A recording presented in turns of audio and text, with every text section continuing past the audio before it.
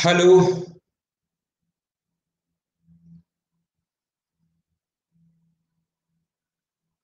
Good evening.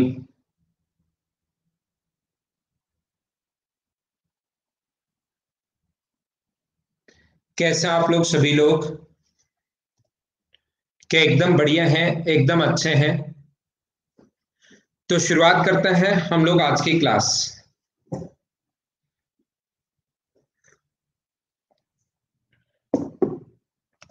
कुछ बच्चे नए हो सकते हैं। वो लोग, मैं भी एकदम ठीक हूँ, एकदम शानदार हूँ।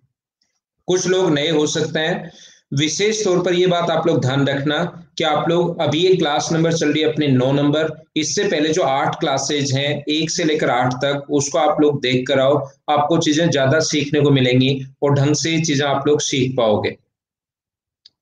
तो ये जो पॉइंट है 8 तक की जो क्लासेज अपने पास हैं उनको आप लोग देख कर आइए। उसके बाद क्लास नंबर 9 आप लोगों को करनी है। जो भी नया बच्चा है वो विशेष तौर पर ध्यान रखो इस चीज का, नहीं तो फिर नए चैप्टर से आप लोग शुरुआत करना। ये डार्क स्लाइड ही है, चिंता करने की आपको जरूरत है नहीं इस चीज की।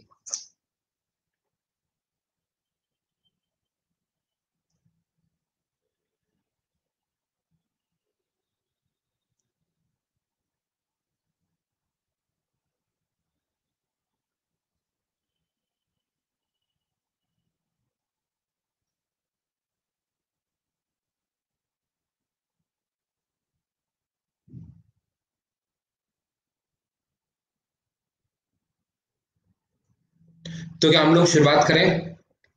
लव यू भाई दीपक, लव यू।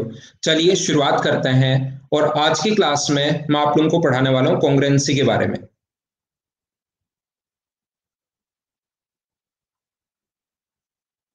सर्वांग समता के बारे में।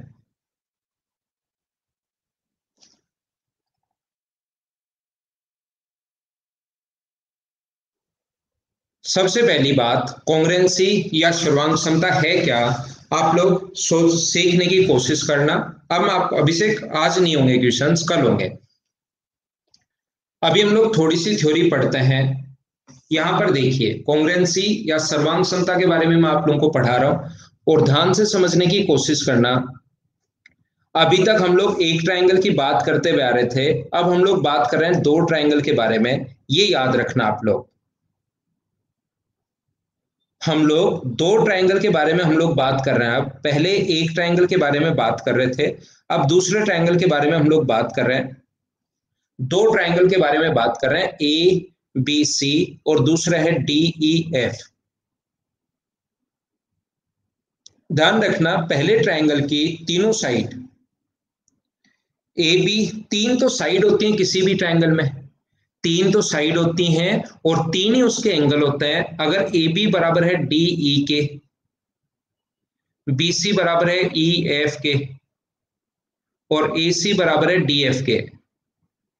ध्यान रखना, पहले ट्रायंगल की तीनों साइड दूसरे ट्रायंगल की तीनों साइड्स के साथ इक्वल हैं। ये बहुत इंपॉर्टेंट चीजें हैं, एक क्वेश्चन 100% आना ही आना है यहां से।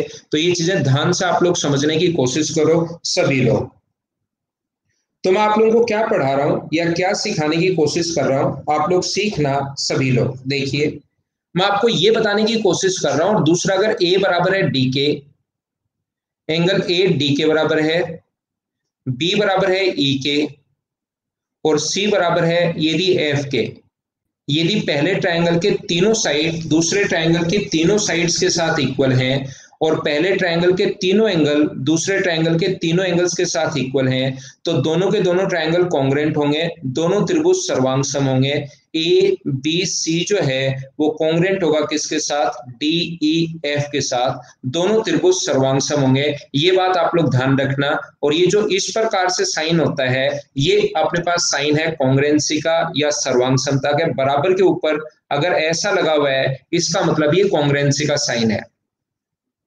यदि अपने पास छह चीजें पता हुई, अगर अपने पास 3 तो साइड पता हुई और 3 एंगल पता हुए, 6 चीजें अगर पता होंगी, तब तो कोई छोटा बच्चा भी बता देगा कि दोनों के दोनों ट्रायंगल कॉन्ग्रुएंट हैं। उसको बता के छोड़ दो कि 3 तो साइड और 3 एंगल बराबर होने चाहिए। क्या 6 से कम चीजें अपने को पता हो तो भी क्या आप लोग बता सकते हो क्या कि दोनों के दोनों ट्रायंगल कॉन्ग्रुएंट हैं या नहीं है?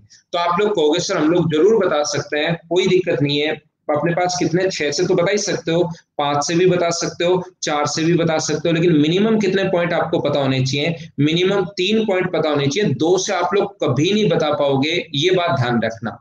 मिनिमम जो आपके पास पॉइंट होने चाहिए वो कितने होने चाहिए? 3 पॉइंट पता होने चाहिए। मुझे आप लोग एक बात बताइए, एक ट्रायंगल है ए बी और सी, मिनिमम अपने पास कितने पॉइंट पता होने चाहिए? 3 पॉइंट पता होने चाहिए। ये बात आप लोग ध्यान रखना, इस चीज को आप लोग याद रखना। 9th क्लास में थी ना? बिल्कुल ठीक है।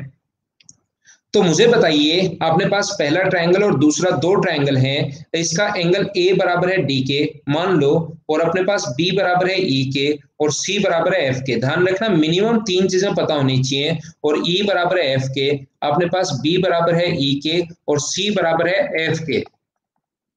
सी बराबर है एफ के। तो मुझे बताइए, क्या दोनों के दोनों ट्रायंगल कॉन्ग्रुएंट होंगे क्या? ए बी सी क्या कॉन्ग्रुएंट होगा क्या? मुझे बताओ। डी ई एफ के साथ ट्रायंगल, ये साइन होता है ट्रायंगल का। तो जो लोग हाँ कर रहे हैं, यस बोल रहे हैं जो लोग, वो विशेष तौर पर ध्यान दो, दोनों के दोनों ट्रायंगल कॉन्ग्रुएंट नहीं होंगे। अब बात आती है कि मिनिमम 3 पॉइंट तो पता होने चाहिए। मिनिमम प्रत्येक बच्चा समझने की कोशिश करना, मैं ये मानकर चल रहा हूं कि आपका नहीं पढ़ा हुआ, धीरे धीरे सारे बच्चों को साथ लेंगे, बहुत सारी चीजें ऐसी भी सीखोगे जो आपके रियल में नहीं पढ़ी हुई रहती। मैं आपसे ये बोल रहा हूं, मुझे बताइए, एक ट्रायंगल है ए बी सी जिसके एंगल है 50 60 और 70 मान लो। ये 70 है, ये 60 है और ये अपने पास 50 है। मुझे आप लोग इतनी बात बताइए, क्या ऐसा कोई बड़ा ट्रायंगल नहीं बना सकते क्या जिसके एंगल 70 60 50 हो? क्या ये तीनों साइड इक्वल होंगे? आप बड़ा ट्रायंगल बना सकते हो, और क्या छोटा बना सकते हो क्या? तो ध्यान रखना, अपने पास डी ई एफ का इससे बड़ा ट्रायंगल बनाया जा सकता है। तो अपने पास ये है 70, ये है 60 और ये है 50। कॉन्ग्रुएंसी या सर्वांग समता का मतलब, एक ट्रायंगल को दूसरे के ऊपर रखो तो दूसरा ट्रायंगल दिखाई नहीं देना चाहिए। ये होता है कॉन्ग्रुएंसी का मतलब, दोनों एक जैसे, कोई भी डिफरेंस नहीं, सब कुछ एक जैसा। मुझे बताइए, इसको इस रेड वाले के ऊपर रखो तो क्या रेड वाला दिखाई नहीं देगा क्या? आप कहोगे सर ये तो बड़ा है, दिखाई देगा। ये तो बीच वाला तो यहीं आकर यहीं आ जाएगा। इसका मतलब दोनों के दोनों ट्रायंगल कॉन्ग्रुएंट नहीं होंगे, याद रखना। अब मैंने क्या बताया? अब मैंने आपको ये कहने की कोशिश की कि 3 पॉइंट तो पता होने चाहिए, लेकिन वो 3 चीजें फिक्स हैं। 3 चीजें तो पता, 3 पॉइंट पता होने चाहिए, लेकिन 3 पॉइंट फिक्स है। ऐसा नहीं कि कोई भी 3 पॉइंट उठाकर बोल दिया और दोनों के दोनों ट्रायंगल आप लोग कॉन्ग्रुएंट बोल दो। तो ध्यान रखना, 3 पॉइंट कॉन्ग्रुएंसी का मतलब दोनों एक दूसरे के बराबर होने चाहिए, एक जैसे होने चाहिए। ये बात आप लोग ध्यान रखना, दोनों सेम टू सेम होने चाहिए, एक जैसे, कोई दिन में डिफरेंस नहीं होता। सर्वांग समता का मतलब दोनों एक ही, आप लोग मान सकते हो। फोटोकॉपी, बिल्कुल सही कह रहे हो, इसका एक बनाओ और फोटोकॉपी निकलवाओ, उसका कॉन्ग्रुएंट होगा उसके साथ कॉन्ग्रुएंसी। तो अपने पास मिनिमम 3 चीजें पता होनी चाहिए, लेकिन वो तीनों चीजें अपने पास फिक्स है। पहला अपने पास कौन सा है? सबसे पहले इसमें है, पहले समझना फिर मैं आप लोगों के लिए बोल भी दूंगा। पहला है S A S, side angle side. ये आप लोग कॉन्ग्रुएंसी डालकर पहला अपने नोटबुक में हेडिंग डालोगे एस ए एस, जिसमें लिखोगे दो साइड, दो कॉरस्पॉन्डिंग साइड इक्वल और एक इंक्लूडेड एंगल बराबर। ध्यान से समझना मैं क्या कह रहा हूं। अगर कभी भी अपने पास ऐसा हुआ, एक ट्रायंगल है ए बी और सी और दूसरा ट्रायंगल है डी ई एफ, दो कॉरस्पॉन्डिंग साइड इक्वल होंगी। ये अपने पास है ए बी और सी, और दूसरा है अपने पास डी ई और एफ। दो कॉरस्पॉन्डिंग साइड्स अपने पास, ध्यान रखना कोई भी दो हो सकती हैं, ये इसके साथ बराबर होगी, ये इसके साथ बराबर होगी। तो दोनों के दोनों ट्रायंगल जो होंगे, ए बी बराबर डी ई है यदि बी सी बराबर ई एफ के है, और यदि बी बराबर है ई के, एंगल बी ई के बराबर है, दो साइड बराबर और एक इंक्लूडेड एंगल अगर बराबर है, तो दोनों के दोनों ट्रायंगल कॉन्ग्रुएंट होंगे, दोनों त्रिभुज सर्वांगसम होंगे। ये आप लोग ध्यान रखना, इस चीज को आप लोग याद रखना। बोलिए, आप लोग समझ पाए हो क्या? मैं एक बार फिर समझाऊंगा, 2 बार ये क्वेश्चन आ चुका है, ध्यान रखना, वापस से कोशिश करना समझने की। यहां पर अपने पास अगर ऐसा है, मुझे बताओ, ये अपने पास एक ट्रायंगल है एबीसी और दूसरा ट्रायंगल है डीईएफ। दूसरा ट्रायंगल ये डीईएफ है। देखने से नहीं पता लगेगा कि सर डायग्राम तो एक जैसे ही दिखाई दे रहे थे। डायग्राम से नहीं होगा, कॉन्सेप्ट क्लियर होने चाहिए, थ्योरी आपकी क्लियर होनी चाहिए।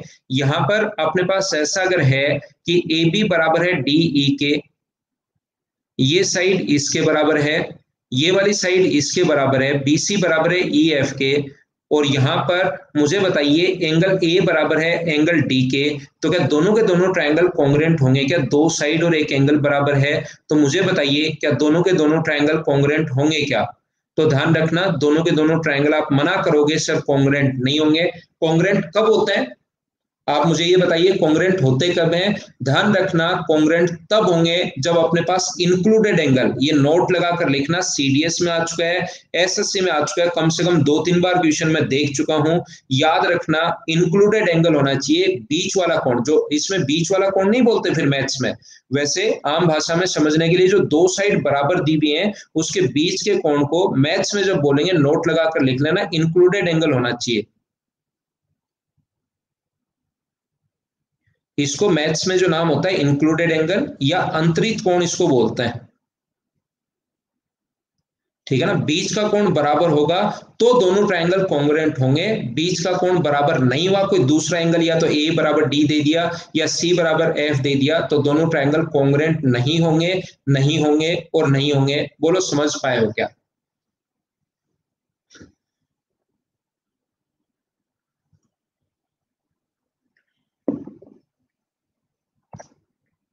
दो नंबर जो पॉइंट है इसमें मैं सिखाता चलता हूं और आगे बढ़ता चलता हूं, ध्यान से समझना। 2 नंबर पॉइंट इसमें है A S, angle angle side. यदि दो ट्रायंगल के दो कोरस्पॉन्डिंग एंगल इक्वल हैं, दो ट्रायंगल के दो कोरस्पॉन्डिंग एंगल इक्वल हैं, क्वेश्चन कैसे आएगा? क्वेश्चन घूमता घूमता आएगा भाई, ऐसे एकदम मदमस्त चाल में ऐसे सिर हिलाता हुआ चलता हुआ आएगा आपके सामने, ये आ गया, ऐसे आएगा। अभी पढ़ाया तो है ही नहीं, उससे पहले क्वेश्चन कैसे आएगा? रुको तो सही भाई, थोड़ी देर तो रुको यार, थोड़ी देर तो रुको, क्या पता आपसे रुका जाए। पहले थ्योरी पढ़ लो, फिर उस पर बेस्ड क्वेश्चन करवा दूंगा। हर पॉइंट पर ऐसा थोड़ा ना होता है कि एक पॉइंट पढ़ा दिया उस पर क्वेश्चन, वो क्वेश्चन यहां तो समझ में आ जाएगा। वैसे तो सही तरीका ये होता है कि पहले पूरी थ्योरी पढ़ो, लेकिन बच्चों के समझ में नहीं आता,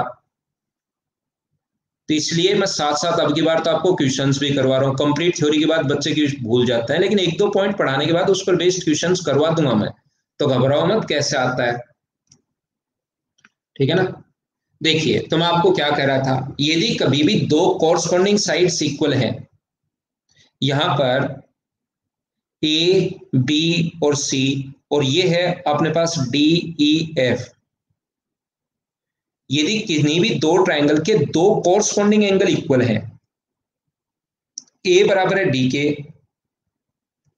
यहां पर मुझे वैसे डायग्राम थोड़ा सा वापस मैं बनाऊंगा। यहां पर 2 नंबर पॉइंट है एस ए एस। देखिए,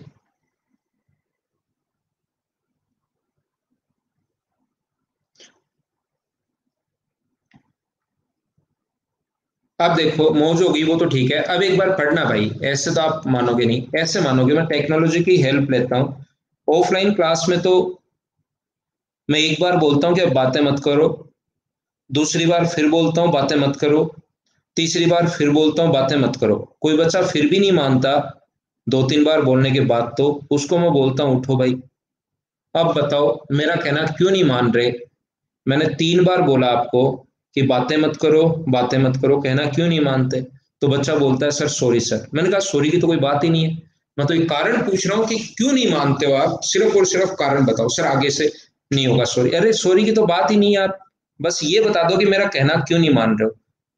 फिर वो बच्चा बोलता है सर आगे से नहीं होगा पक्का। मैं बोलता हूँ पक्का, तो बोलता हाँ।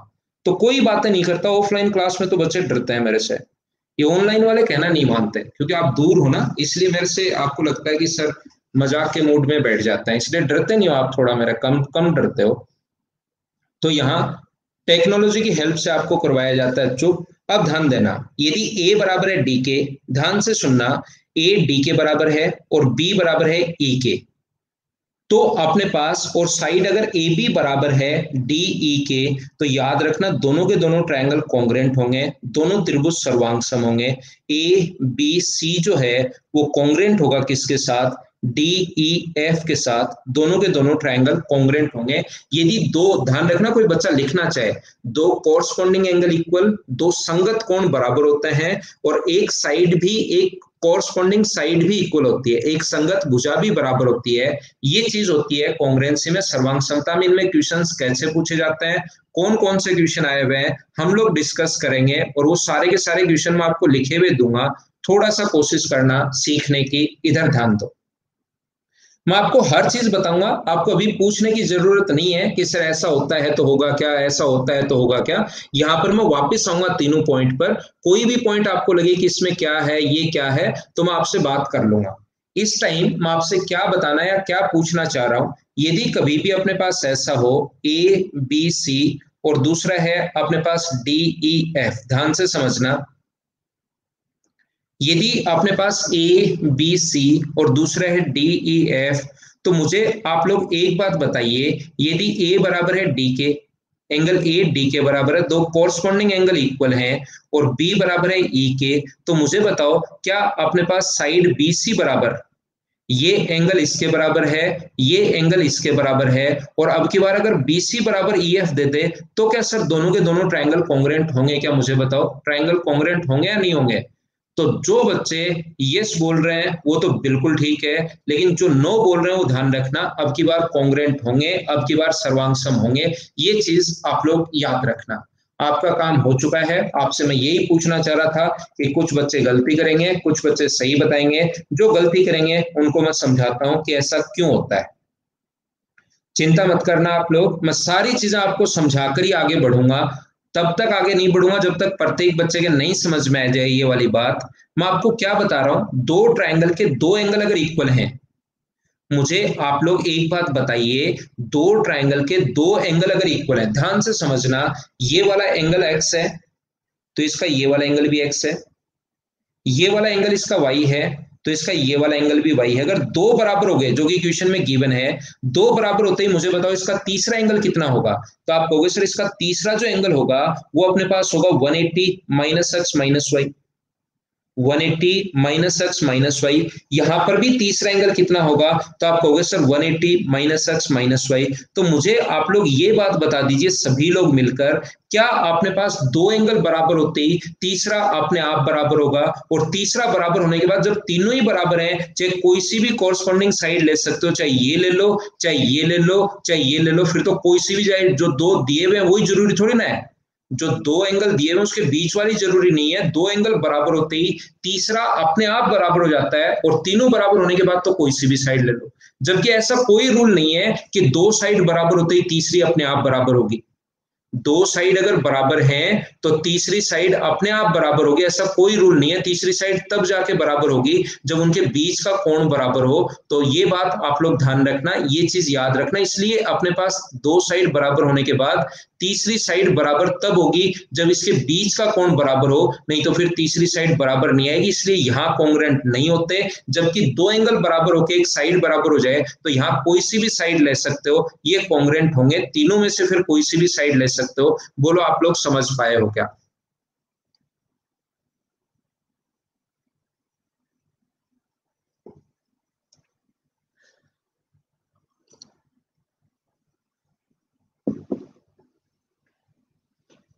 एक ट्रायंगल के दो एंगल,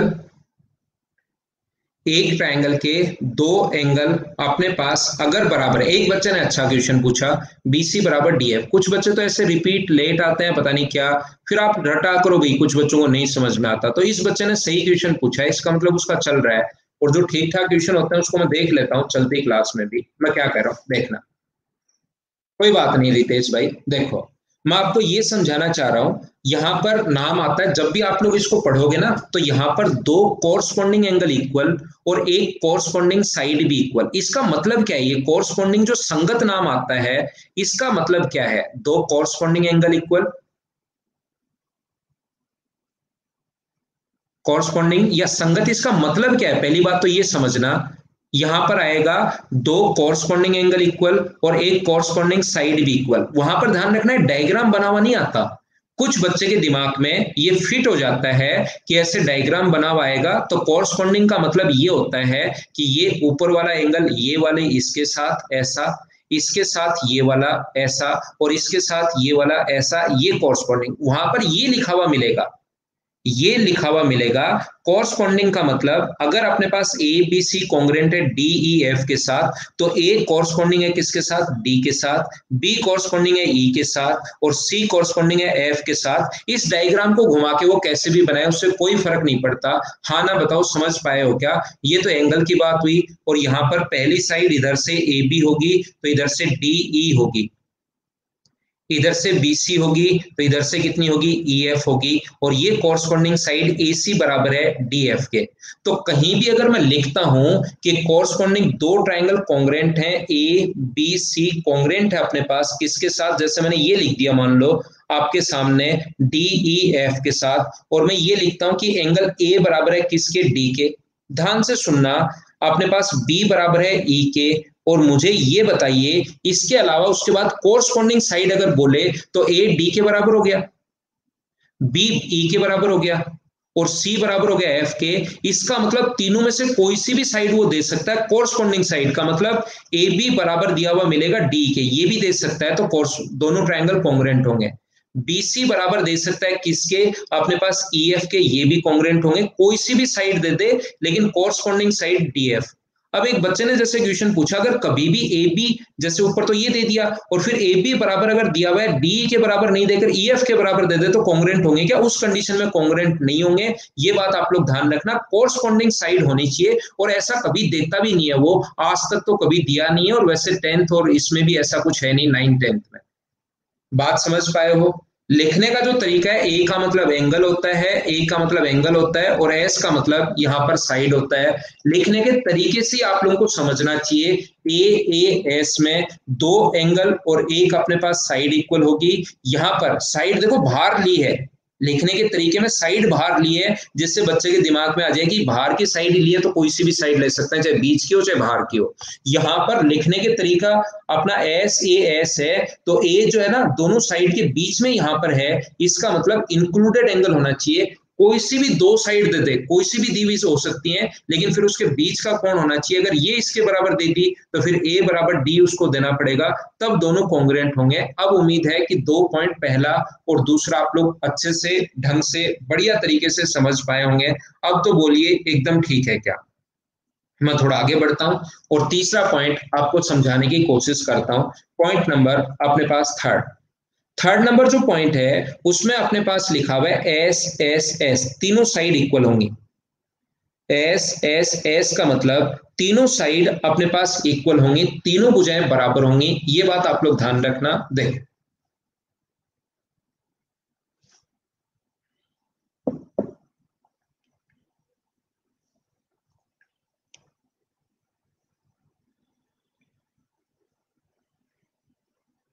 यहां पर अगर कभी भी ऐसा है, एक ट्रायंगल है ABC और दूसरा ट्रायंगल है DEF,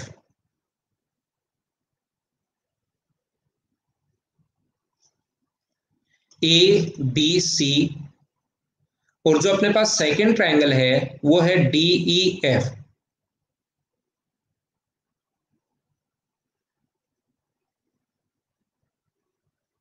इक्वल नहीं भाई, कॉन्ग्रुएंट होते हैं, ये इक्वल नहीं वे, ये कॉन्ग्रुएंट होते हैं, ध्यान रखना। जब भी अपने पास दो एंगल और कोई सी भी साइड दे दे तो दोनों ट्रायंगल कॉन्ग्रुएंट होते हैं,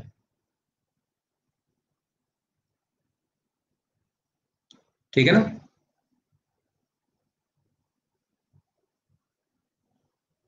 देखिए, अब मैं आपको क्या बता रहा हूं, यदि पहले ट्रायंगल की तीनों साइड दूसरे ट्रायंगल की तीनों साइड्स के साथ इक्वल है, तीनों कॉरस्पॉन्डिंग साइड अगर इक्वल है तो दोनों के दोनों ट्रायंगल कॉन्ग्रुएंट होंगे, दोनों त्रिभुज सर्वांगसम होंगे।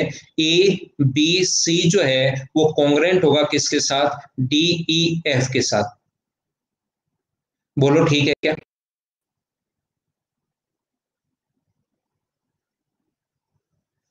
5 जो है वो 5 के बराबर है, 5 जो है वो 5 के बराबर है, लेकिन ये 5 इसके साथ कॉन्ग्रेंट नहीं है। क्या कॉन्ग्रेंसी में और बराबर में डिफरेंस समझ में आया क्या? ये 5 और 5 बराबर तो है, लेकिन ये इसके साथ कॉन्ग्रेंट नहीं है। ध्यान रखना, कॉन्ग्रेंसी या सर्वांग समता का मतलब इसको इसके ऊपर रखो तो ये चीज दिखाई नहीं देनी चाहिए। ये इसलिए अपने पास कॉन्ग्रेंट यहां पर यूज होता है। जैसे 10 बराबर अपने पास 10 के तो है, ये लो 10 बराबर 10 के तो है, ये इतना बड़ा बना लो 0, लेकिन ये दोनों अपने पास इक्वल तो है, 10 और 10 इक्वल होंगे, लेकिन ये दोनों कॉन्ग्रेंट नहीं है। बस इतनी सी बात है, ठीक है ना। यहां पर देखिए, इसमें कुछ ज्यादा समझाना है नहीं, बस इतनी सी बात ध्यान रखना। यदि दो ट्रायंगल के दो तीनों कॉरस्पॉन्डिंग साइड इक्वल हैं तो दोनों ट्रायंगल कॉन्ग्रुएंट होंगे। इसमें ऐसा कभी होता है नहीं कि कब होंगे कब नहीं होंगे, ऐसा कभी नहीं होता, हमेशा होता है तीनों साइड अगर बराबर हैं तो दोनों ट्रायंगल कॉन्ग्रुएंट होंगे, दोनों त्रिभुज सर्वांगसम होंगे। बोलो ठीक है क्या? हाँ, कोरस्पॉन्डिंग साइड तो हमेशा होंगी होंगी, साइड कोरस्पॉन्डिंग होंगी होंगी, ये बात ध्यान रखना। संगत भुजाएं होनी चाहिए, ये चीज आप लोग याद रखना। अब कुछ लोगों के दिमाग में बिना मतलब के क्वेश्चन जो बनाता है, वो अगर बोलते हैं कि चल एक क्वेश्चन बना, खुद के दिमाग को जो जबरदस्ती क्वेश्चन बनवाते हैं बच्चे, उनके दिमाग में ऐसे क्वेश्चंस बन सकते हैं कि सर अगर अपने पास ऐसा हो, बोलते हैं ना कि चल बना यार एक क्वेश्चन तो बना ले, बहुत देर होगी कमेंट किए हुए, हाँ ना करते हुए बहुत देर होगी। और जो हाँ ना करते रहोगे तो आप मैं चीजें ज्यादा भी समझा पाता हूँ बड़े बड़े कमेंट करने के बजाय। ए बी सी और डी ई एफ, मैंने कहा इसके लिखने के तरीके से कॉन्ग्रुएंट नहीं होते। जैसे ये साइड अगर 3 है, ये साइड अगर 5 4 है, और ये साइड अगर 6 है, ये साइड 3 है, ये 4 है और ये 6, तो क्या सर दोनों ट्रायंगल कॉन्ग्रुएंट होंगे क्या? हाँ होंगे। क्या दोनों ट्रायंगल कॉन्ग्रुएंट होंगे क्या? हाँ, दोनों ट्रायंगल कॉन्ग्रुएंट होंगे। तो इसको आप लोग लिखने का तरीका ये होगा कि ए बी सी जो है ना, वो कॉन्ग्रुएंट होगा किसके साथ? A B C. A B side किसके बराबर है? ई एफ के बराबर है। तो सबसे पहले लिखना शुरू करेंगे ई एफ डी, फिर लिखने का तरीका ये होगा, कोरस्पॉन्डिंग साइड्स यहां से समझ में आएगी जो चीज आपने लिखी है। इससे डायग्राम वो चाहे घुमाकर कैसे भी बना ले, ये चीज मैं पहले आपको समझा रहा था, डायग्राम कितना भी घुमा दे वो, इसको 50 बार घुमा ले, हमें तो चीजें इससे समझ में आएंगी। क्या ए बी बराबर ऐसे लिख दिया आपने, क्या ए बी बराबर ई एफ है क्या? देखो आप कहोगे हाँ है। क्या बी सी बराबर अपने पास एफ डी है क्या? आप कहोगे हाँ है। क्या अपने पास बाहर वाली साइड ए सी बराबर ए डी है क्या? ए सी बराबर अपने पास ई डी है या नहीं है? हाँ है, डी है। तो दोनों के दोनों ट्रायंगल कॉन्ग्रुएंट होंगे। तो लिखने का तरीका ये होगा, इस चीज को अगर ऐसे लिख दोगे है तो ये, और इस चीज को ऐसे लिखना गलत है। D A B C congruent होगा किसके साथ? डी ई एफ के साथ, ये लिखना गलत है। तो कॉन्ग्रुएंसी होगी या नहीं होगी? तीनों साइड बराबर है तो कॉन्ग्रुएंट तो होंगे, लेकिन लिखने का तरीका ये होगा, जो इसकी ए बी साइड है वो इसकी पहली साइड के बराबर होनी चाहिए, जो दूसरी साइड है वो इसकी दूसरी साइड के, और बाहर वाली जो साइड है उसके बाहर वाली साइड के साथ बराबर होना चाहिए। उम्मीद है इसमें ज्यादा कुछ मुझे समझाना था नहीं।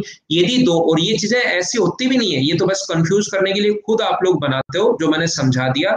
बस मैं तो ये समझाना चाह रहा हूं, दो ट्रायंगल की तीनों कोरस्पॉन्डिंग साइड इक्वल होंगी तो दोनों ट्रायंगल कॉन्ग्रुएंट होंगे, दोनों त्रिभुज सर्वांगसम होंगे।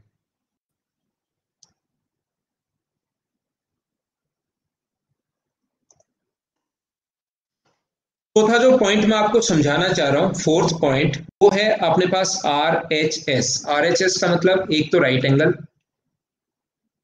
एच का मतलब हाइपोटेनस, और एस का मतलब साइड। एक अपने पास राइट एंगल है,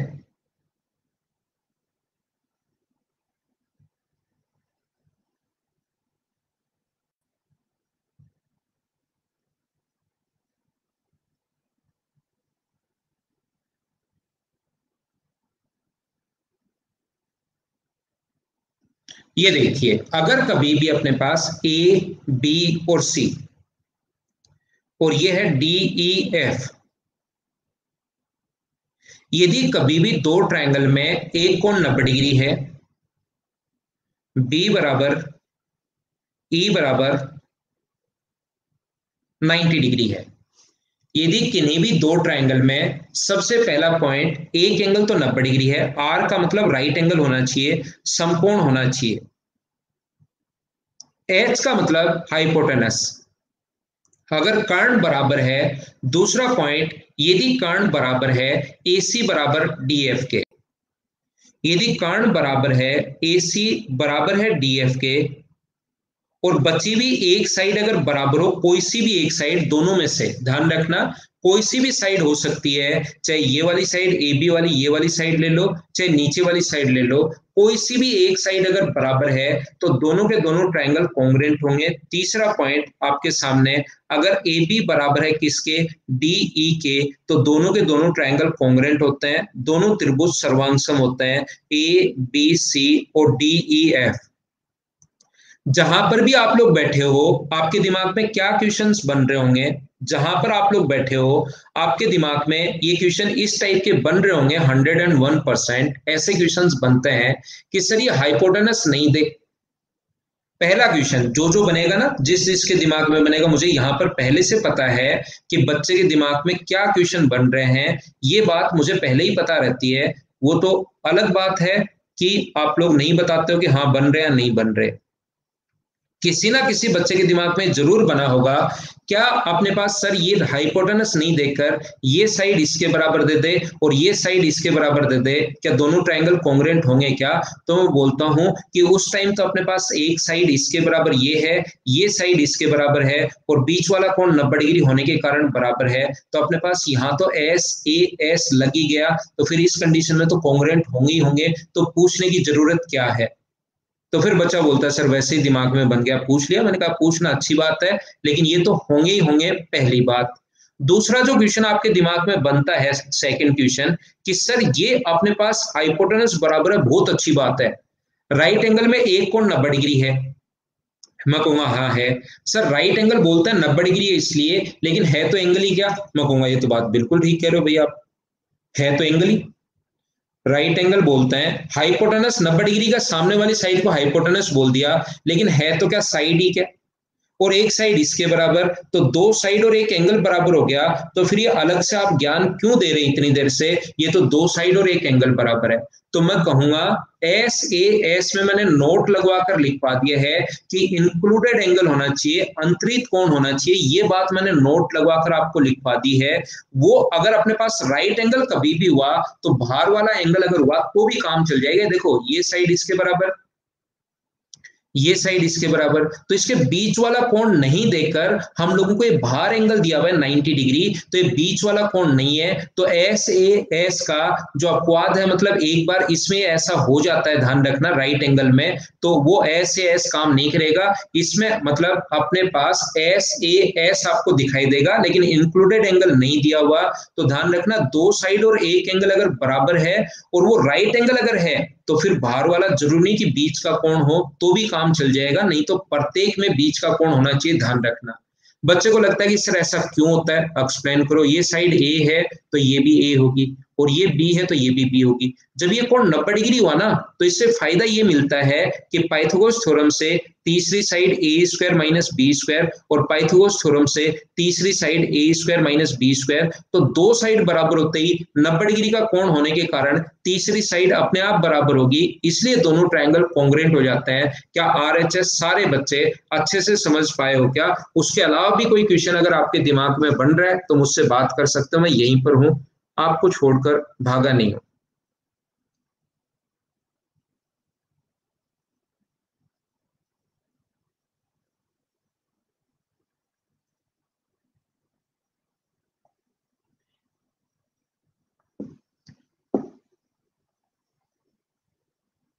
हाँ हो सकता है AB बराबर है EF होगा, तो भी दोनों ट्रायंगल कॉन्ग्रुएंट होंगे, बस लिखने का तरीका चेंज हो जाएगा।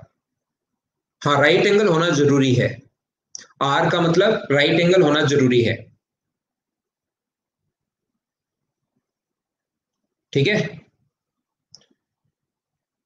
तो ये थे अपने पास, ध्यान रखना अपने पास 4 पॉइंट होते हैं, मैं फिर बताता हूं। पहला पॉइंट मैं आप लोगों को ये बता रहा हूं, SAS में दो कोरस्पॉन्डिंग साइड इक्वल और एक इंक्लूडेड एंगल, बीच का कोण होना चाहिए, याद रखना, नोट लगाकर लिख लो, बीच का कोण होना चाहिए। दूसरा पॉइंट अपने पास AAS, दो एंगल बराबर होते ही फिर कोई सी भी साइड बराबर हो सकती है, बस कोरस्पॉन्डिंग साइड और कोरस्पॉन्डिंग एंगल नाम आएगा। तीसरा है SSS है, तीनों साइड इक्वल होंगी। और चौथा है अपने पास RHS, ये अपने पास चार हैं। बोलो ठीक है क्या? ये चार पॉइंट होते हैं RHS। इनके क्वेश्चंस बहुत कम क्वेश्चंस आते हैं इनसे रिलेटेड। जो दो साइड बराबर दी हुई उसके बीच का कोण होना चाहिए भाई।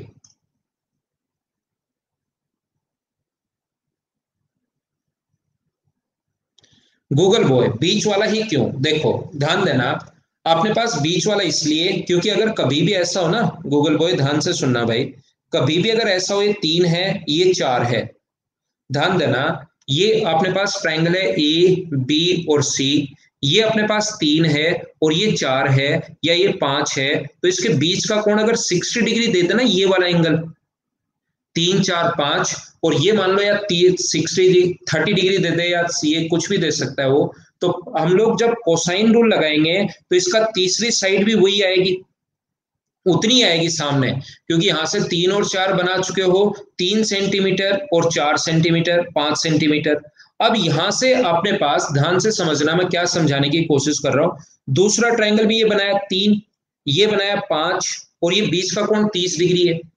ये बनाया 3, ये बनाया 5, और बीच का कोण 30 डिग्री। फॉर एग्जाम्पल मैं आपको ले रहा हूं, बाकी कुछ भी 30 60 45 90 कुछ भी आप ले सकते हो। आपको लगेगा ये 30 क्यों ले रहे हो, तो मैं आपको ये बताना चाह रहा हूं कि ये वाली लेंथ और ये वाली लेंथ दोनों बराबर आएंगी, क्योंकि 3 है 5 है और बीच का कोण 30 डिग्री है, तो कोसाइन रूल लगा लेना। या वैसे भी आपको सीधा पता है कि सर ये 30 डिग्री होगा ना, ये 30 डिग्री होगा, तो फिर ये अपने पास 3 है 5 है, बीच का कोण 30 डिग्री, तो यहां से यहां मिलाने पर सेम आएगा।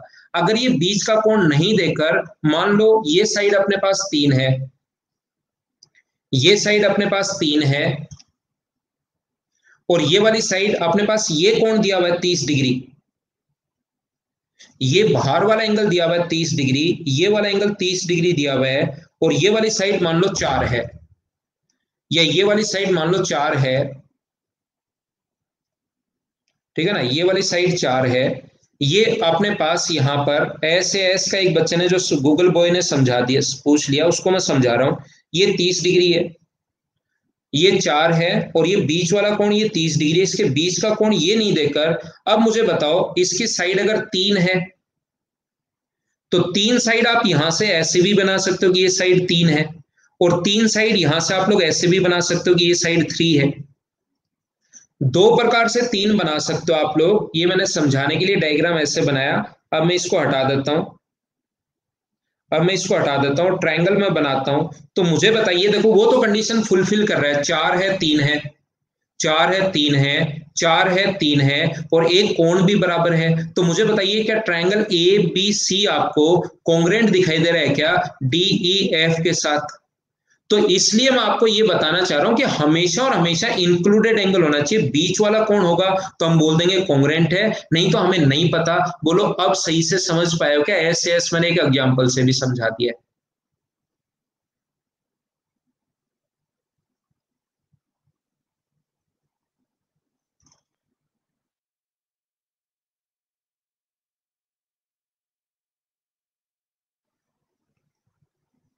हाँ हो सकता है भाई 123 डॉट, कोई सा एक होते ही, देखो मैं बता रहा हूं, एक ट्रायंगल अगर किसी भी तरीके से, एक बात विशेष तौर पर आप लोग ध्यान रखना, सभी लोग कोशिश करना सीखने की। मैं कमेंट पढ़ने लग गया था, मैं ये बताना चाह रहा हूं, यदि कभी भी दो ट्रायंगल अपने पास कॉन्ग्रेंट होंगे, ऐसे अगर एक बार एक ट्रायंगल कॉन्ग्रेंट हो गया, तो फिर ध्यान रखना उनकी बची हुई साइड भी बराबर, बचे हुए एंगल भी बराबर, उनका एरिया भी बराबर, उनका परिमाप भी बराबर, उनका इन इन रेडियस भी बराबर, उनकी सरकम रेडियस भी बराबर, उनके एल्टीट्यूड की लेंथ भी बराबर, उनके मीडियन की लेंथ भी बराबर, उनके जो भी आप लोग सोच सकते हो सब कुछ बराबर। तो ध्यान रखना, कुछ बच्चे बोल रहे हैं कि सर ऐसे ऐसे लगेगा, उसमें एस भी बाद में बोल सकते हैं क्या? आराम से बोल सकते हो, जब एक बार लग गया तो दूसरा फिर बोलने की जरूरत है ही नहीं। ये बात आप लोग ध्यान रखना, सब कुछ बराबर होता है, ये चीज आप ध्यान रखना। बोलो समझ पाए हो क्या? यदि दो ट्रायंगल अपने पास कॉन्ग्रेंट हैं तो फिर सब कुछ बराबर होता है, जो जो चीजें आप लोग सोच सकते हो सब कुछ बराबर। ध्यान रखना, सब कुछ बराबर का मतलब सब कुछ बराबर।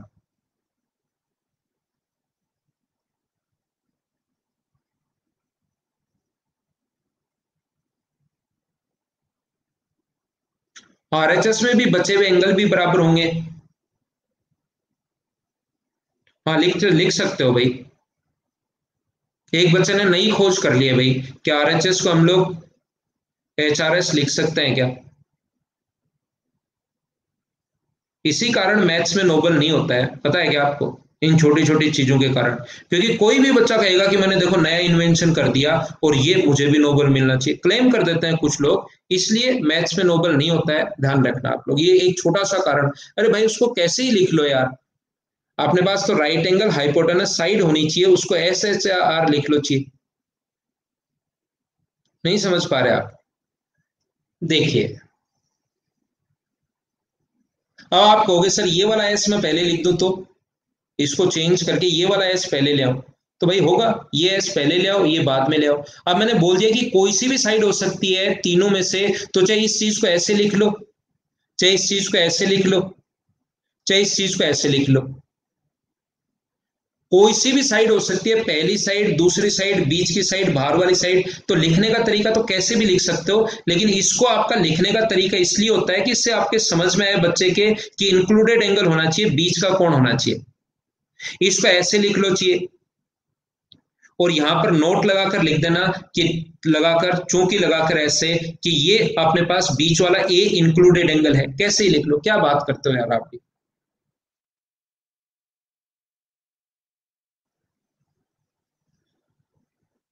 उम्मीद है मैं समझा पाया हूं आपको, मैंने मेरी तरफ से पूरी कोशिश की। फिर भी नहीं समझ में आए तो रिकॉर्डेड तो आपको मिलेंगे ही मिलेंगे।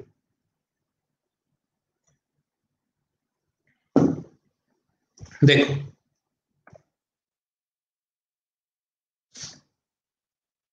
यदि आइसोसेलेस ट्रायंगल है, यदि आइसोसेलेस ट्रायंगल है, सम द्विबाहु त्रिभुज है, पहले से बोल रहा हूं, फिर भी कुछ बच्चों के 100% मुझे गारंटी है कि लास्ट तक समझ में नहीं आएगा कि ए बी बराबर ए सी कैसे। ये मुझे पक्का यकीन नहीं है, आप लोगों पर विश्वास है कि आइसोसेलेस ट्रायंगल गिवन है भाई, जिसमें ये दोनों दिए हुए हैं, दोनों बराबर हैं, दिया हुआ है ये। तो यहां से अगर आप लोग एल्टीट्यूड डालते हो, यहां से अगर आप लोग एल्टीट्यूड डालते हो, तो एक बात ध्यान रखना, एल्टीट्यूड दोनों तरफ कितने डिग्री का कोण बनाएगा? राइट एंगल 90 डिग्री का कोण, एल्टीट्यूड 90 डिग्री का कोण। यहां से क्या ये साइड इसके बराबर है क्या? अब मैं नहीं बताऊंगा क्यों, खुद सोचिए दोनों बराबर क्यों है। और ये बीच वाली साइड कॉमन होने के कारण बराबर। अगर ये AD है 5 सेंटीमीटर, तो इस ट्रायंगल के लिए भी 5 होगी, इसके लिए भी 5 होगी, कॉमन होने के कारण बराबर है। RHS से दोनों के दोनों ट्रायंगल कॉन्ग्रेंट हो गए, कॉन्ग्रेंट हो गए तो सब कुछ बराबर, कॉन्ग्रेंट होते ही सब कुछ बराबर। तो मुझे बताओ, पहली बात तो ये एंगल इसके बराबर होगा। तो क्या आज आपको पहली बार समझ में आया है क्या कि आइसोसेलेस ट्रायंगल की जो दो साइड, पहले मैंने कहा था जब टाइम आएगा तब मैं बता दूंगा कि ये दोनों बराबर क्यों होते हैं। आइसोसेलेस ट्रायंगल की ये दो एंगल, दो साइड बराबर, तो उसके सामने के कोण भी बराबर क्यों होते हैं? क्या पहला पॉइंट प्रत्येक बच्चा समझ पाया है क्या? हाँ ना मुझे बताइए, सभी लोग समझ पाए हो क्या? मुझे आप लोग एक बात बताइए, क्या ये एंगल इसके बराबर होगा क्या? और ये एंगल इसके अगर बराबर हुआ, कॉन्ग्रुएंसी के बाद सब कुछ बराबर, और ये एंगल इसके बराबर हुआ, तो इसी लाइन को क्या मैं एंगल बाइसेक्टर भी बोल सकता हूं क्या? ये एल्टीट्यूड तो पहले मैंने डाला था, खुद ने खींचा था एल्टीट्यूड, क्या इसी लाइन को मैं एंगल बाइसेक्टर भी बोल सकता हूं क्या? कोण समद्विभाजक भी मैं इसी लाइन को बोल सकता हूं।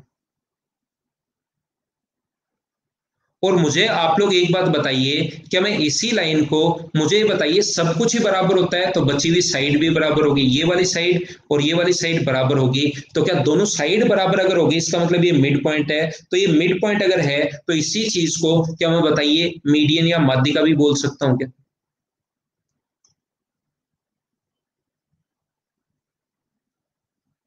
मैं आपको क्या समझाने की कोशिश कर रहा हूं, फिर समझना। हो सकता है मैं थोड़ा कम समझा पाया हूं, फिर बताता हूं। मैं आपको यह बताने की कोशिश कर रहा हूं,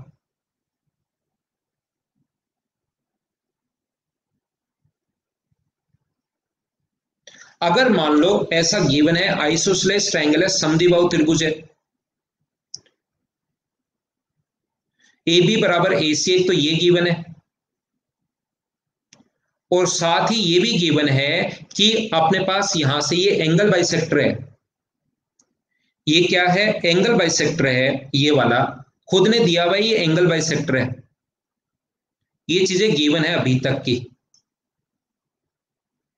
ये कौन समद्विभाजक है? तो मुझे आप लोग एक बात बताइए, क्या ये अपने पास ऐसा है क्या कि ये कोण बराबर होगा क्या? इतना दिया हुआ है, एंगल बाइसेक्टर है तो ये कोण बराबर होगा क्या? सब लोग समझ पा रहे हो क्या? अब मैं क्या प्रूव करूंगा? मैं प्रूव करूंगा कि ये एंगल, ये साइड इसके बराबर। क्यों? क्योंकि गिवन है। ये एंगल इसके बराबर, क्यों? क्योंकि गिवन है। और बीच वाली साइड कॉमन होने के कारण बराबर होगा। तो क्या एस ए एस से दोनों के दोनों ट्रायंगल कॉन्ग्रुएंट हो गए क्या? और कॉन्ग्रुएंट होते ही सब कुछ बराबर, कॉन्ग्रुएंट होते ही सब कुछ बराबर होता है। तो मुझे बताइए, ये अगर इसके बराबर हुआ तो क्या फिर ये दोनों तरफ बराबर बराबर हुआ तो क्या मिड पॉइंट का काम करना शुरू कर देगा क्या? तो जो लाइन मिड पॉइंट पर मिलती है उसी को तो मीडियन बोलते हैं। यही माध्यिका होगी। और मुझे आप लोग एक बात और बताइए, क्या अपने पास ऐसा जो है ये एंगल इसके बराबर होगा? सब कुछ बराबर होता है बचा हुआ। तो ये एंगल अगर इसके बराबर हुआ, एक स्ट्रेट लाइन पर बना एंगल 180 डिग्री होता है, और ये बराबर बराबर है, तो क्या 90 90 होगा? और जो मुझे बताओ, वर्टेक्स से सामने वाली साइड पर 90 डिग्री का कोण बनाने वाली लाइन क्या एल्टीट्यूड होती है? बोलो बिल्कुल ठीक है क्या? मतलब मैं आपको समझाना चाह रहा हूं, आइसोसेलेस ट्रायंगल में अगर पहले एल्टीट्यूड खींच लो, चाहिए आप लोग पहले एल्टीट्यूड खींच लो। राइट, इसमें आइसोसेलेस ट्रायंगल में आप लोग पहले एल्टीट्यूड ड्रॉ कर सकते हो, तो फिर दोनों के दोनों ट्रायंगल आरएचएस से कॉन्ग्रुएंट हो जाएंगे। मीडियन डाल सकते हो, तो मीडियन एस एस एस से, अगर ये मीडियन है, मीडियन है तो मतलब ये साइड इसके बराबर दी हुई है, मीडियन मिड पॉइंट पर मिलती है, कॉमन होने के कारण बराबर, तो फिर ये एल्टीट्यूड हो जाएगा। मतलब अपने पास जो दो साइड इक्वल होती हैं उसके बीच से खींचेगी मीडियन, उसके बीच से खींचेगी एंगल बाइसेक्टर, और उसके बीच से खींचा गया एल्टीट्यूड। ये तीनों लाइन राइट एंगल ट्रायंगल में, सॉरी आइसोसेलेस ट्रायंगल में एक ही होती हैं। यानी वही लाइन तो अपने पास मीडियन होगी, वही लाइन अपने पास एल्टीट्यूड होगी, और वही लाइन अपने पास एंगल बाइसेक्टर होगी। क्या अब तो बात आप लोग समझ पाए हो क्या सभी लोग? यही अपने पास माध्यिका है, यही शीर्षलंब है, और यही कोण समद्विभाजक है। हिंदी में भी आप लोग लिख लेना, बोलो एकदम ठीक है क्या?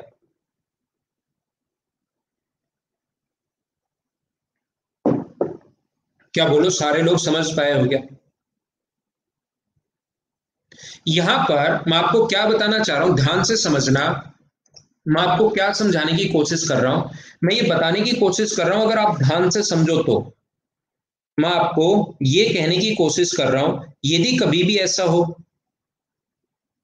ये दो साइड बराबर हैं, ए बी बराबर ए सी, ऐसा गिवन है, ए बी बराबर है ए सी के, ऐसा दिया हुआ है इक्वेशन में, और साथ ही ये भी दिया हुआ है कि यहां से मान लो ये एंगल बाइसेक्टर है, ये एंगल बाइसेक्टर है, ये कोण इसके बराबर है, ये मीडियन है, कुछ भी जो भी आप मानना चाहो, एक लाइन पहले मान लो ये मीडियन है, ये माध्यिका है।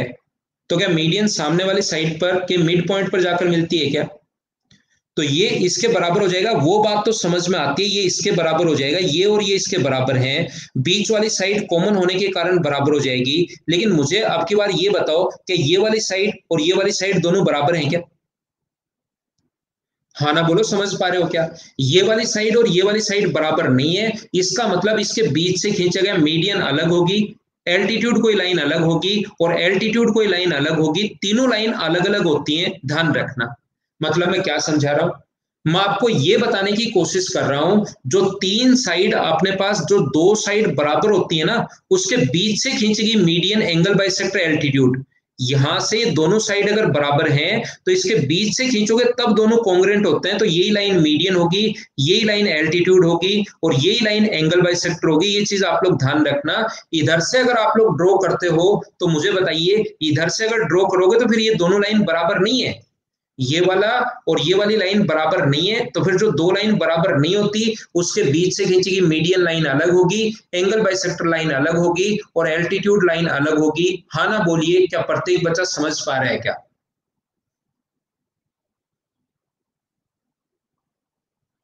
मैं आपको क्या कहने की कोशिश कर रहा हूं, देखिए मैं आपको ये बताने की कोशिश कर रहा हूं प्रत्येक बच्चे को। मुझे बताइए, अगर इक्विलेटरल ट्रायंगल है, अगर इक्विलेटरल ट्रायंगल है, समबाहु त्रिभुज अगर है,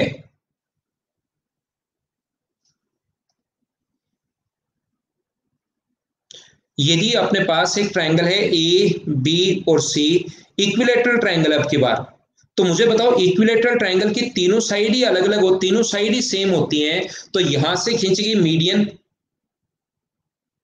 एंगल बाइसेक्टर और एल्टीट्यूड, तीनों लाइन सेम होंगी या अलग अलग होंगी, ये बात बताओ मुझे सारे लोग मिलकर। एक चीज मैं भूल गया भाई पीछे, एक बच्चा जो बार बार कह रहा है, एक ये भी होता है 5 नंबर, मैं एक चीज भूल के आ गया हूं, ए एस ए भी होता है, लेकिन ये कोई काम का नहीं है, ध्यान रखना। एक बच्चा जो बार बार लिख रहा है ए, मैं भूल गया हूं, ए एस ए भी होता है, लेकिन ये कोई काम का नहीं है, ध्यान रखना आप लोग। ठीक है, अब भाई खुश हो क्या आप? मैंने कितनी बार आपको बता दिया यार, इस चीज का कोई सी भी साइड अगर आपको लेनी है, कोई सी भी साइड ले सकते हो, तो उसको चाहे ए एस ए लिख लो, भाई उसको एस डबल ए लिख लो, पूरी बात बता कर आया हूं। फिर भी इस बच्चे को सिर्फ एक चीज मैं बता दूं तो क्या पता इसका दिमाग आगे वाली चीजें जो मैं समझा रहा हूं वो भी समझ पाए, नहीं तो उस पर अटक कर बैठ गया है। जब से ये समझाया ना, मैं ये समझा कर आ गया, ये समझा कर आ गया, ये समझा कर आ गया, लेकिन वो सुई यहीं पर अभी अटकी हुई है, और ये मैं सारी बात बता के आया हूं। उस 10th में ये होगा, 10th 9th में कहीं पर आर डी शर्मा पढ़ोगे तो ये दिया हुआ है, लेकिन अपने एसएससी के पॉइंट ऑफ व्यू से कोई काम का नहीं है। जब यही बता दिया कि कोई सी भी साइड ले सकते हो, तो चाहे फिर उसको ऐसे लिख लो, चाहे ऐसे लिख लो, चाहे ऐसे लिख लो, नहीं समझ पा रहे हो क्या? अब क्या थोड़ा आगे बढ़े क्या हम लोग? और बताने के बाद भी आप नहीं समझते हो यार, क्या कर सकते हैं? मुझे बताइए, ये चीज मैं आपसे पूछना चाह रहा हूं, तो वो मुझसे गलती हुई, मैं ही गलती मान रहा हूं, मेरी बड़ी गलती हुई है, भूल चूक लेना देना कल से क्लास में आते ही लिख लेंगे हम लोग। मुझे बताइए, यहां से खींची गई मीडियन, यहां से खींचा गया एंगल बाइसेक्टर और यहां से खींचा गया अपने पास एल्टीट्यूड, मुझे बताओ एक लाइन होगी या अलग अलग होगी? सारे लोग बताने की कोशिश करो।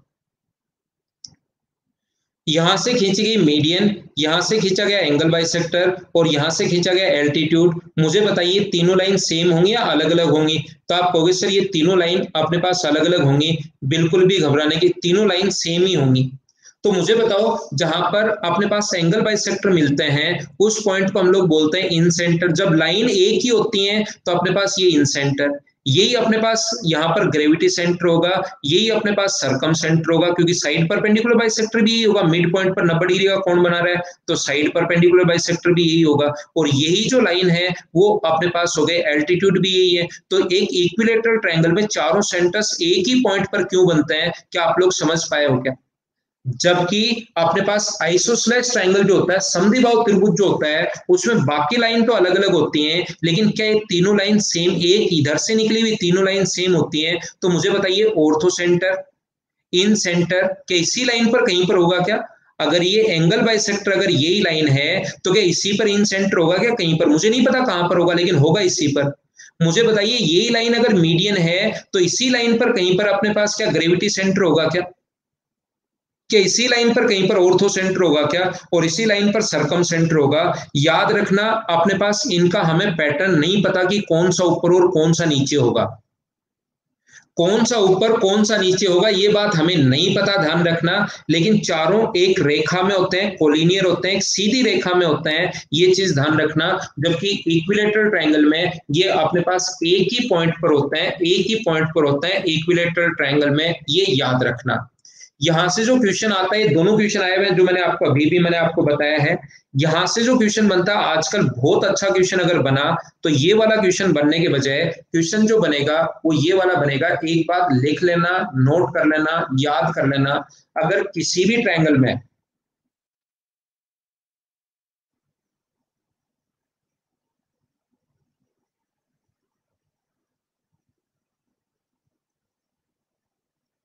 किसी भी ट्रायंगल में अपने पास अगर ऐसा हो, यदि यही लाइन तो एल्टीट्यूड का काम करे, तीन चीजें होती हैं देखो, यही लाइन तो एल्टीट्यूड का काम करे,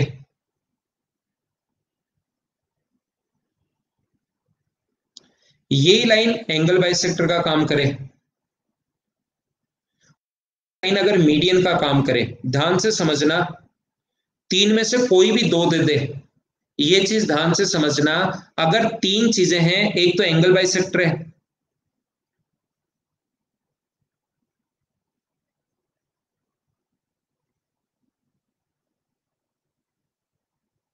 और एक मीडियन है, एक तो कोण समद्विभाजक है और एक माध्यिका है। अगर ये एक ही लाइन दो चीजों का काम करे, कि यही लाइन तो वो बोले कि कोण, ये बहुत इंपॉर्टेंट है भाई, याद रखना, इस पर अच्छे क्वेश्चन बनते हैं। यही लाइन तो कोण समद्विभाजक का काम करे और यही लाइन अगर माध्यिका का काम करे, तो वो जो ट्रायंगल होगा ना, वो अपने पास आइसोसेलेस ट्रायंगल होगा। कौन सा त्रिभुज होगा? उल्टा याद रखना है, समद्विबाहु त्रिभुज होगा, ये आप लोग याद रखना। मैं आपको क्या बता, तीन में से कोई दो का काम करना शुरू कर दे, यही लाइन तो एंगल बाइसेक्टर है,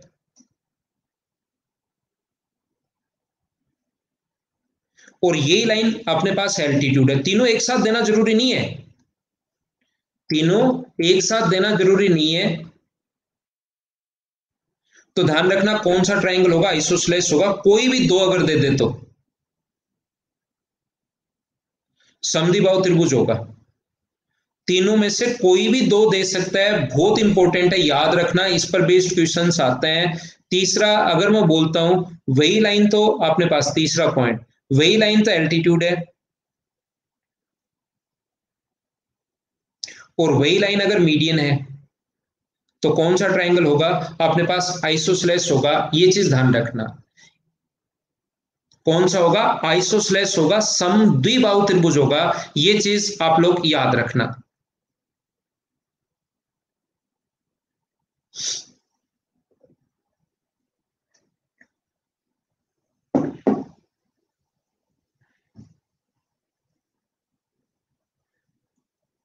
देखो, एक बात मुझे बताइए, अगर ए जो छोटा है वो 7 से छोटा है, ए जो है ना वो 7 से छोटा है, ये क्वेश्चन में गिवन है, ठीक है ना, ये पक्का पता है कि ए 7 से छोटा है, और ऑप्शन ए है ए 7 से छोटा है, बी ऑप्शन है ए अपने पास छोटा है 6 से, सी ऑप्शन है ए छोटा है 5 से, और डी ऑप्शन है ए छोटा है 4 से। बताओ कौन सा ऑप्शन सही है?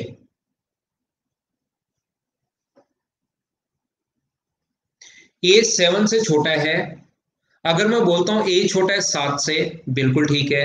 ए छोटा है अपने पास 6 से, बिल्कुल। ए छोटा है अपने पास किससे? अपने पास 5 से। कौन सा ऑप्शन ठीक है? ये सारे बच्चे ये कैसे बोल रहे हैं ऑल? कौन से घर से एक जगह बैठकर पढ़ रहे हो क्या? ए का मान 6.5 है, तो बताओ ए 6 से छोटा कैसे हुआ मेरे भाई? एक ही गांव से आए हो क्या आप लोग सब? ए का मान 6.5 है, तो मुझे बताओ ए, ये सारे के सारे ऑल आंसर कैसे हुए आपके?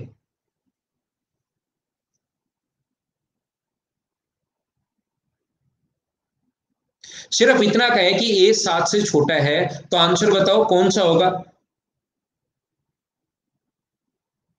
ठीक है ना, तो आंसर कौन सा आएगा? 8, ए ऑप्शन आएगा, सिर्फ और सिर्फ ए ऑप्शन आएगा, बाकी कोई आंसर नहीं आएगा।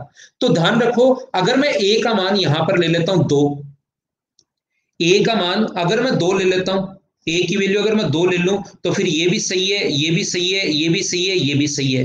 ए का मान अगर मैं 5.5 ले लूं, तो फिर ये सही है, ये सही है, ये गलत हो गया। तो मुझे बताओ इस क्वेश्चन का आंसर ऐसे, ए का मान 7 अगर अपने पास छोटा है 7 से, तो सिर्फ इतनी कंडीशन अगर पता है तो आंसर हमारा ए होगा। बाकी ये तो हो सकता है, वो तो डिपेंड करता है कि होगा या नहीं होगा, तो ऐसे नहीं टिक कर सकते आप लोग। तो ये सभी तीनों गलत होंगे, याद रखना। और अपने पास ये ऑप्शन बिल्कुल सिर्फ ए ही सही होगा, जो हमें फिक्स पता है। जिसकी वैल्यू हमें पता है वो सही होगा, बाकी अपने पास नहीं होगा। ये चीज ध्यान रखना, जो चीज पता है वही आंसर दिया करो। तो कुछ बच्चे कहते हैं कि सर इक्विलेटरल भी तो हो सकता है, तो मैं कहूंगा इक्विलेटरल तो हो सकता है, ठीक है ना, इक्विलेटरल तो हो सकता है। और आइसोसेलेस है, तो बताओ कौन से को टिक करोगे? हो तो ये भी सकता है, हो तो ये भी सकता है, लेकिन पॉसिबिलिटी पर दुनिया थोड़ी ना चलती है कि भाई हो सकता है। जैसे दो एंगल बराबर हो, अगर किसी भी ट्रायंगल का दो एंगल बराबर हो, तो बताओ आइसोसेलेस को टिक करोगे या इक्विलेटरल को टिक करोगे?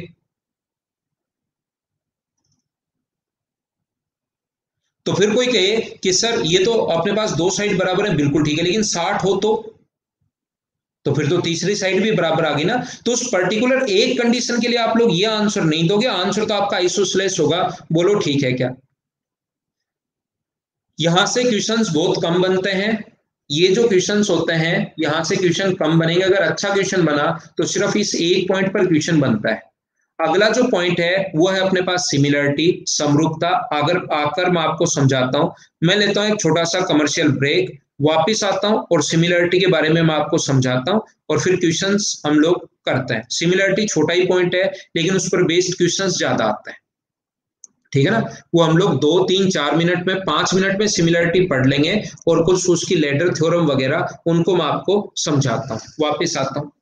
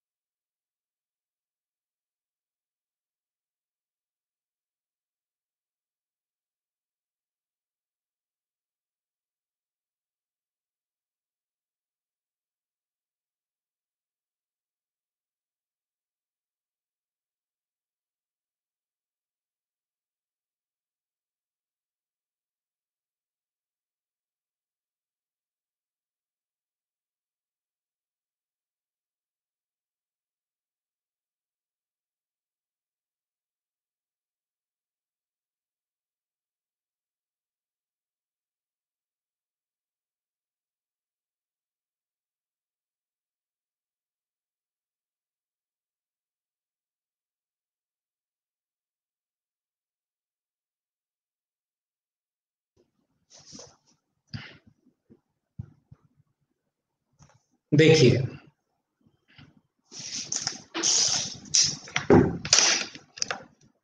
हम लोग थोड़ा सा और आगे बढ़ते हैं। अब हम लोग देखते हैं सिमिलरिटी या समरूपता के बारे में। ये वैसे है आसान, सिमिलरिटी या समरूपता, लेकिन इसके क्वेश्चंस ज्यादा आते हैं।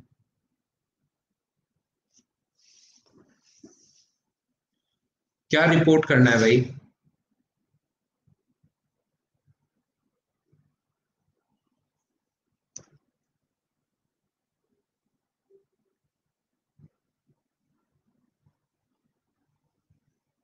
परपेंडिकुलर बाइसेक्टर डाला ही नहीं तो सरकम सेंटर कैसे हुआ? वो अपने पास वही लाइन तो मिड पॉइंट पर 90 डिग्री का कोण है ना वो, रवि कुमार।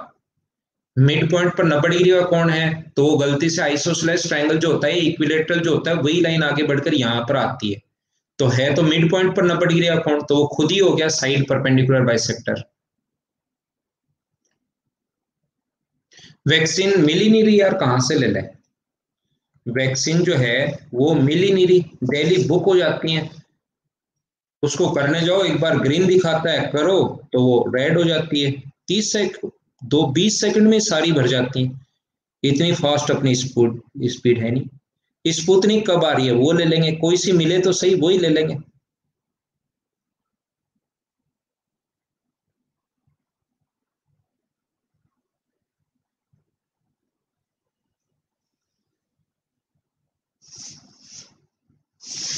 आपने लगवा ली क्या? ठीक है यार, लो वैक्सीन तो लो। फाइजर वाइजर को तो अभी तो वो ही नहीं मिली है यार। फाइजर कब आएगी कब नहीं आएगी क्या पता। लेकिन अभी कौन सा लगना है? अभी तो इंडिया है भाई, ये इसमें टाइम लगेगा, पॉपुलेशन ज्यादा है, वैक्सीन कम है।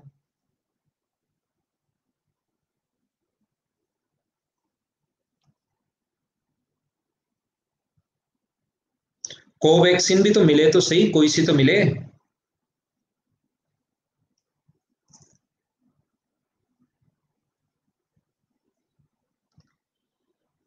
देख, बातें नहीं करते हैं, थोड़ी देर पढ़ते हैं वापस से। यदि अपने पास दो ट्रायंगल हो, अपने पास ए बी सी और डी ई एफ,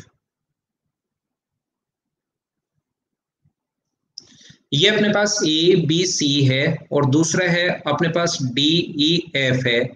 यदि कभी भी अपने पास ऐसा हो, ध्यान से समझने की कोशिश करना, यदि ए बी बराबर हो डी ई के, नहीं, यदि एंगल ए बराबर हो बी डी के, एंगल ए बराबर हो डी के, एंगल बी बराबर हो ई के, और एंगल सी बराबर हो एफ के, तो मैं आपसे पूछना चाह रहा हूं, क्या दोनों के दोनों ट्रायंगल कॉन्ग्रुएंट होंगे? क्या मुझे बताओ, क्या दोनों के दोनों जो त्रिभुज होंगे वो सर्वांग होंगे क्या?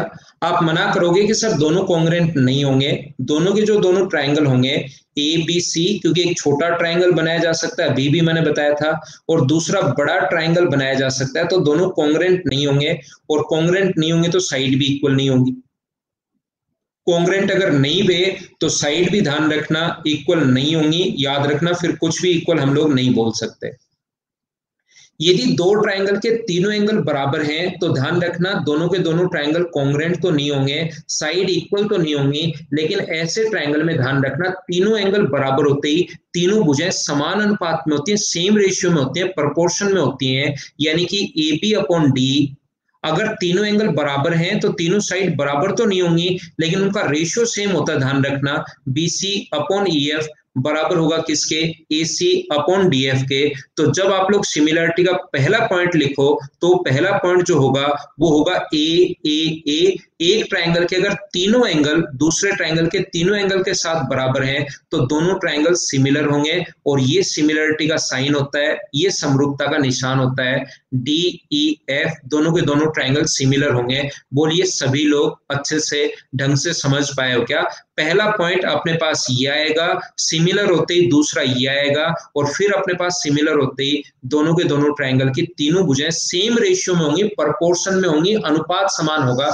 ये चीज ध्यान रखना, रेशियो सेम होगा। मुझे आप लोग एक बात बताइए, किसी भी बुक में पढ़ोगे, नोट्स पढ़ोगे, कहीं भी पढ़ोगे तो ये ट्रिपल ए का रूल ही लिखा हुआ मिलेगा, लेकिन क्या इसको हम लोग डबल ए का रूल भी बोल सकते हैं क्या?